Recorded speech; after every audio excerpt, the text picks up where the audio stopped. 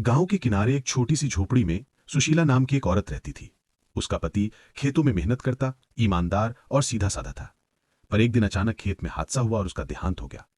सुशीला के 3 बच्चे थे, 2 बेटे और 1 बेटी। अब वो अकेली थी। गांव के लोग सोचते थे कि ये औरत कैसे बच्चों को पाल पाएगी, लेकिन सुशीला ने हार नहीं मानी। वो सुबह खेत में काम करती, शाम को घर आकर बच्चों को पढ़ाती। उसने बेटों को पढ़ाया लिखाया और उन्हें शहर भेज दिया नौकरी के लिए। बेटी की भी पढ़ाई पूरी करवाई। हर साल जब पितृपक्ष आता, सुशीला अपने बेटों को चिट्ठी लिखती या फोन करती, बेटा आओ, तुम्हारे पिता का श्राद्ध है। 3 साल तक सब ठीक रहा। बेटे आते, श्राद्ध करते, फिर चले जाते।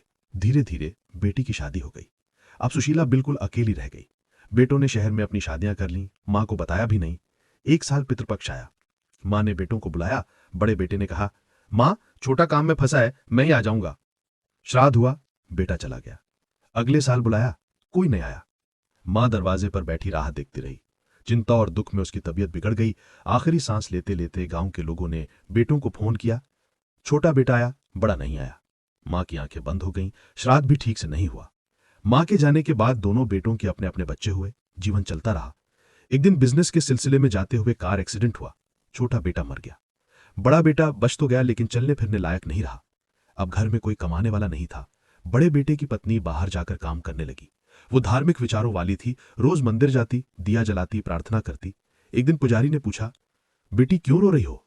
उसने सारा हाल बताया। पुजारी ने कहा, कल एक संत आएंगे, उनसे मिलना। अगले दिन संत आए। महिला ने उनके सामने अपनी पीड़ा रखी। संत ने कहा, बेटी, तुम्हारे घर में जो हाल है उसका कारण तुम्हारे पति के कर्म है। उनकी मां और पूर्वज अभी भी शांति में नहीं है। जब तक वे जीवित थी तुम लोगों ने श्राद्ध किया, लेकिन उनके मरने के बाद नहीं किया। पूर्वज सिर्फ जिंदा रहते हुए ही नहीं, मरने के बाद भी याद किए जाते हैं। तुम्हारे पति ने वो नहीं किया, और तुम भी अपने बच्चों को ये सब नहीं सिखा रही हो। यही कारण है कि अशांति है। महिला रो पड़ी, बाबा अब मैं क्या करूं?